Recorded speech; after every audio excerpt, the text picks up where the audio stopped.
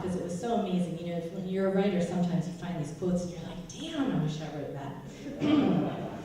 So, it's by Eckhart Tolle, who sometimes I just, or Tolle, and sometimes I can't go through his stuff. It's like so dense, but this one is like, whoosh.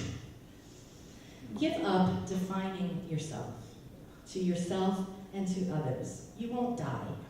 You will come to life. And don't be concerned with how others define you. When they define you, they are limiting themselves, so it's their problem. Whenever you interact with people, don't be there primarily as a function or a role, but as the field of conscious presence. You can only lose something that you have, but you cannot lose something that you are.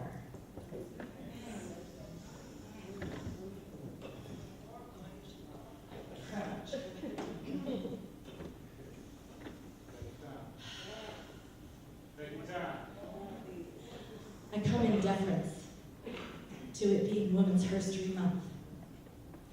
I come in the celebration of us. I come in recognition of the struggles, the victories, the defeats. I come in memory and honor and love.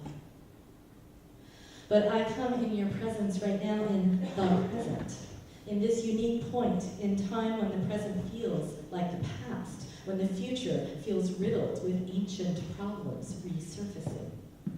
And if I am also to come in truth, then I must say I come in anger and disappointment.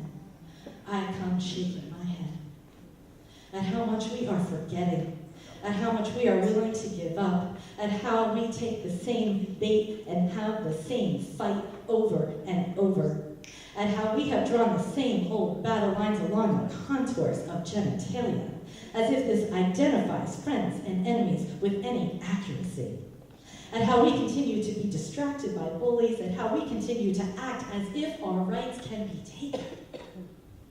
We are the motherfucking majority. In fact, if you consider that every single human being on this planet was delivered through the legs, held by the arms, nursed at the breast, loved by the heart of one of us, then we are already the ones in charge.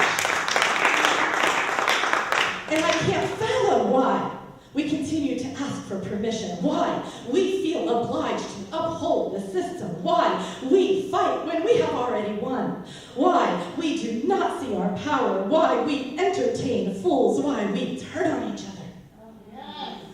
The first person who called me a slut was not a famous radio personality, or a member of Congress, or even a boy I liked in school. But rather it was the girl who liked the boy I liked in school. That's right, we are sisters to a point. That point usually stops at the foot of a man. Whatever man wears our collar on the third finger of his left hand, our sisterhood ends on the button that secures his jeans. Let's be honest, my sisters. It is our relationship with one another that is tenuous. Our genitalia doesn't define our friendship any more than it defines this supposed war. So let's stop hiding behind it. Let's admit that we're not so sure of one another. Let's admit that it's easier to go to war than it is to love. Let's admit that it's more familiar to fight for our freedom than it is to live with it. Let's admit that we may have learned how to survive, but we have not yet learned how to thrive. Let's admit that we do not see ourselves clearly when we look in the mirror. Let's admit that the answer is not in Washington, D.C., but it is in this room. It is in our homes. It is in our bedrooms.